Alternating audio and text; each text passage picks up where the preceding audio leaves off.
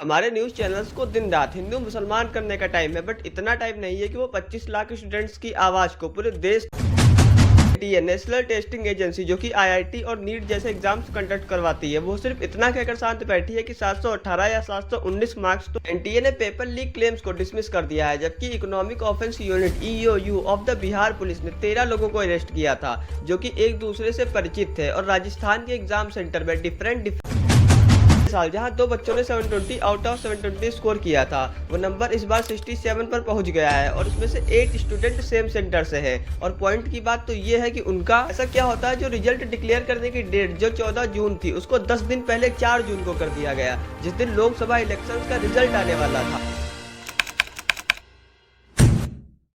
NEET paper leak gang बहुत सारे candidate से 30 से 50 लाख रुपए लेते हैं और पटना के रामकृष्ण नगर थाना के खैमनी चक के लर्न बॉयज हॉस्टल और लर्न प्ले स्कूल में लगभग 35 स्टूडेंट को एक दिन पहले ही पेपर सॉल्व करा देते हैं, या ऐसे कह लो कि उनको पेपर रटवा दिया जाता है। जब वहां पर पुलिस ने रेड मारी तो उनको जले हुए क्वेश्चन पेपर्स मिलते हैं, वो तुरंत उनको फॉरेंसिक एग्जामिनेशन के लिए भेज देते हैं। इसके बाद पुलिस ने 13 लोगों को अरेस्ट भी किया, जिसमें 4 एग्जामिन्स थे। उनमें से एक आयुष से जब पूछताछ की गई तो आयुष ने कहा कि जो पेपर उसको एक दिन पहले सैटरडे की नाइट को सॉल्व कराया गया था, वही सेम पेपर उसको एग्जामिनेशन सेंटर में भी देखने को मिला था। राजस्थान के बाड़मेर जिले में एक फर्जी छात्र पकड़ा गया। राजस्थान के ही सवाई माधोपुर में गलत पेपर डिस्ट्रीब्यूट कर दिए गए। रांची में भी 6 फर्जी छात्र पकड़े गए।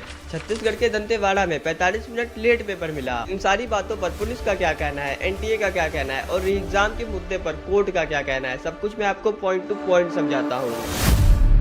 शुरू करते एकदम ही शुरुआत से। नीट एप्लीकेशन फॉर्म की स्टार्टिंग डेट थी 9 फरवरी और 9 मार्च इसकी डेडलाइन थी, बट इसको एक्सटेंड करके 16 मार्च कर दिया गया और इसमें कोई खास बात थी भी नहीं, ऐसा हर साल होता ही है। बट एनटीए ने 24 डेज के बाद साइट को रीओपन किया, दैट इज अ पॉइंट, और कहा कि स्टेक होल्डर्स की रिक्वेस्ट पर हमको ऐसा करना पड़ा, बट ऐसा पहले कभी नहीं हुआ। बट स्टूडेंट्स क्योंकि एग्जाम आ रहे थे तो वो तैयारी में लग गए और इसको इग्नोर कर दिया। इसके बाद 7 मई को उड़ीसा पुलिस ने 3 लोगों को अरेस्ट किया, जो कि भद्रक डिस्ट्रिक्ट के गेलपुर विलेज में एक प्राइवेट इंस्टीट्यूशन में चीटिंग कर रहे थे। 9 मई को गुजरात पुलिस ने 2 लोगों को और एक स्कूल टीचर को अरेस्ट किया, जिन्होंने 6 स्टूडेंट्स से उनकी जगह पर पेपर सॉल्व करने के लिए 10 लाख रुपए लिए थे। इसके बाद सोशल मीडिया पर यह न्यूज फैलने लगी कि जिस मास्टरमाइंड ने BPSC Bihar public service commission का पेपर लीक करवाया था, वो नीट का पेपर भी लीक करवा सकता है, बट एनटीए ने इसको बेसलेस एलिगेशन बता दिया। इसके बाद जब पेपर लीक की न्यूज सोशल मीडिया पर फैलने लगी, तब economic offence unit EOU of the Bihar police investigation करने में लग गई।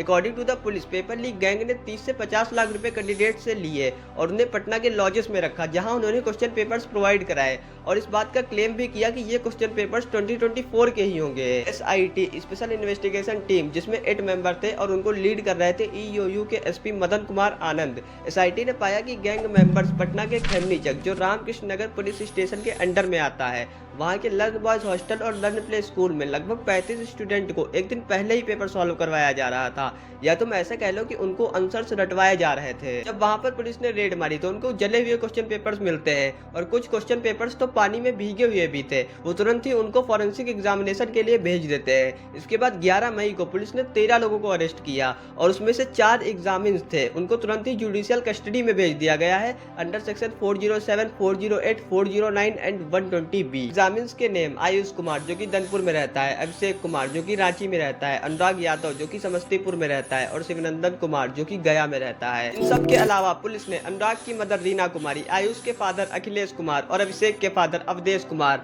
और जो इस गैंग का मास्टरमाइंड था जूनियर इंजीनियर सिकंदर प्रसाद येवेंदु, उसको, और उसके ड्राइवर बिट्टू को जो रोहतास का है, साथ ही में नीतीश कुमार और अमित आनंद जो मुनगर के हैं, इन सभी को अरेस्ट किया है। 2 नाम और इस केस में पाए गए: रोशन कुमार जो नालंदा का रहने वाला है, आशुतोष कुमार जो जमुई का रहने वाला है, इन दोनों को भी अरेस्ट किया है। इसके बाद पटना पुलिस को झारखंड बेस्ड सेंट्रल एजेंसी से पेपर लीक की इंफॉर्मेशन मिलती है। एजेंसी ने एक डस्टर कार के बारे में बताया और उसका रजिस्ट्रेशन नंबर भी दिया। जब पुलिस ने उसका पता लगाया तो उसमें 4 लोग मिलते हैं और उसमें सिकंदर और अभिषेक भी थे। इसके साथ साथ 4 नीट स्टूडेंट्स के एडमिट कार्ड भी मिलते हैं। जब इंटरोगेशन चल रही थी तब अखिलेश ने यह बात कबूल की कि उसके बेटे आयुष ने तब स्कूल में एग्जाम दिया था, उसके बाद उसको सेंटर से ही अरेस्ट कर लिया गया। इसके बाद जब आयुष से पूछताछ की गई तो उसने कहा कि जो पेपर उसको सैटरडे की नाइट, यानी 5 मई को संडे था, उसके एक दिन पहले सैटरडे की नाइट को पेपर उसको जो प्रोवाइड कराया गया था, वही सेम पेपर उसको एग्जामिनेशन सेंटर में भी देखने को मिला। और उसने साथ ही में यह भी बताया कि मेरे जैसे 25 स्टूडेंट और भी ऐसे हैं जिन्हें लर्न बॉयज हॉस्टल और लर्न प्ले स्कूल में ये पेपर प्रोवाइड कराया गया था। इन्वेस्टिगेशन के दौरान ये भी पता चलता है कि संजीव सिंह जो नालंदा का रहने वाला है, यही वो बंदा है जिसने सारे क्वेश्चन पेपर्स का अरेंजमेंट किया था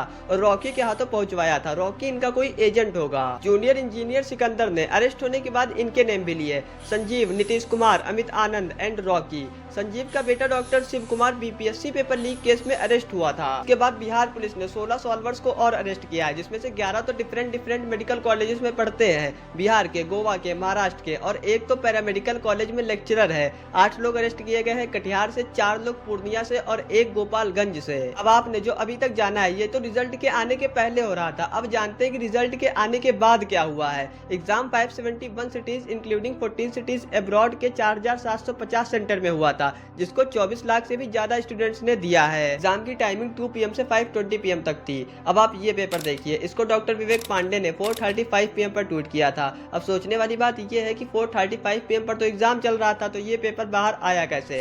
इस पर एनटीए ने कहा है कि कुछ जगह पर क्वेश्चन पेपर्स गलत डिस्ट्रीब्यूट हो गए थे, जिसके चलते स्टूडेंट एग्जामिनेशन सेंटर से बाहर निकल आए और इसलिए ऐसा हुआ है। 5 मई को ही एनटीए ने नोटिस जारी की, जिसमें उन्होंने कहा कि girls higher secondary model school जो कि सवाई माधोपुर राजस्थान में है, वहां गलत पेपर डिस्ट्रीब्यूट हो गए थे, जिसके चलते 120 स्टूडेंट्स को नुकसान उठाना पड़ा। बट एनटीए ने उसी दिन उनका री एग्जाम ले लिया सेम सेंटर में, और अब वो देखने को मिला जो हिस्ट्री में कभी भी देखने को नहीं मिला था। लास्ट ईयर जहां 2 बच्चों ने 720 आउट ऑफ 720 स्कोर किया था, ये नंबर इस बार 67 पर पहुंच गया है, और उसमें भी 8 स्टूडेंट सेम सेंटर से है जो कि हरियाणा में है। अब आप इनके रोल नंबर का पैटर्न देखिए, स्टार्टिंग के 8 नंबर और जो लास्ट के 3 नंबर्स हैं, इनमें भी बहुत ज्यादा गैप नहीं है। ये कैसे हो सकता है? इस पर एनटीए ने कुछ भी नहीं कहा है। लेकिन ये जो 67 स्टूडेंट्स एयर 1 लाए हैं, इस पर एनटीए ने कहा है कि जो 50% स्टूडेंट होते हैं वो अपने बड़े भाई बहन की बुक से पढ़ते हैं, और एनसीईआरटी ओल्ड और न्यू में डिफरेंस होने की वजह से ही ऐसा हुआ है। अब एनसीईआरटी ओल्ड को भी गलत नहीं कहा जा सकता है और न्यू को भी गलत नहीं कहा जा सकता है। 67 में से 44 स्टूडेंट ऐसे हैं जिनका वो आंसर करेक्ट किया गया है, इसीलिए उनके 720 नंबर आए हैं। वह ये था कि केमिस्ट्री के सेक्शन में एटम से रिलेटेड एक क्वेश्चन पूछा गया था, जिसमें स्टूडेंट्स को बताना था कि दिए गए ऑप्शंस में से कौन से 2 स्टेटमेंट करेक्ट हैं, जिसमें ऑप्शन फर्स्ट करेक्ट था। बट 10,000 से भी ज्यादा स्टूडेंट्स ने ओल्ड एनसीईआरटी के बेस पर आंसर की पर आवाज उठाई, जिसमें ओल्ड एनसीईआरटी के हिसाब से सेकंड ऑप्शन करेक्ट था और न्यू एनसीईआरटी के हिसाब से फर्स्ट ऑप्शन करेक्ट था। इस पर एनटीए ने फर्स्ट और सेकंड दोनों को ही करेक्ट माना और सभी को 5 नंबर का बोनस मार्क दिया, जिसने भी फर्स्ट या सेकंड में से किसी पर भी टिक लगाया था। उसके बाद 2 रिजल्ट ऐसे देखने को मिलते हैं जिनके 718 और 719 मार्क्स आए थे, बट मैथमेटिकली तो ये पॉसिबल ही नहीं है। देखो, टोटल 200 क्वेश्चंस आते हैं, जिसमें 180 सॉल्व करने होते हैं। हर क्वेश्चन 4 नंबर का होता है, टोटल होगा 720 नंबर। अगर आपने एक क्वेश्चन गलत कर दिया तो निगेटिव मार्किंग -1 की होती है। अब इस हिसाब से अगर आपने सारे क्वेश्चंस किए तो आपके 720 आउट ऑफ 720 आ जाएंगे। अगर आपने एक क्वेश्चन गलत कर दिया तो आपके 715 आएंगे, और अगर आपने एक क्वेश्चन किया ही नहीं तो आपके 716 आएंगे। फिर 718 और 719 कैसे आ सकते हैं? इस पर एनटीए ने कहा है 13/6/2018 को कोर्ट की जजमेंट के हिसाब से बच्चे के टाइम लॉस होने पर उसकी ग्रेस मार्किंग करी जाएगी, जबकि मैंने इनके सारे प्रोविजंस रीड किए हैं, उसमें ऐसा कहीं पर भी नहीं लिखा है कि अगर टाइम लॉस होगा तो ये ग्रेस मार्किंग करेंगे। अगर आपको ऐसी प्रॉब्लम फेस करनी पड़ती है तो आप ये रूल ले आइए, बात खत्म। अब जो पॉइंट है वो है रिजल्ट डिक्लेयर डेट को लेकर। जब रिजल्ट डिक्लेयर डेट 14 जून थी तो उसको 4 जून क्यों किया गया, जिस दिन लोकसभा इलेक्शंस का रिजल्ट आने वाला था? तो इस पर लोगों का तो यही कहना है कि ये एनटीए अपनी गलती छिपाने के लिए कर रहा है, क्योंकि इलेक्शंस का माहौल था, सभी लोग तो उसी में बिजी थे, इंक्लूडिंग न्यूज चैनल्स, ये आराम से बच जाते। बट ये लोग ये बात भूल गए कि 25 लाख स्टूडेंट्स इसका एग्जाम देते हैं, इतनी तो एक सिटी की पॉपुलेशन होती है।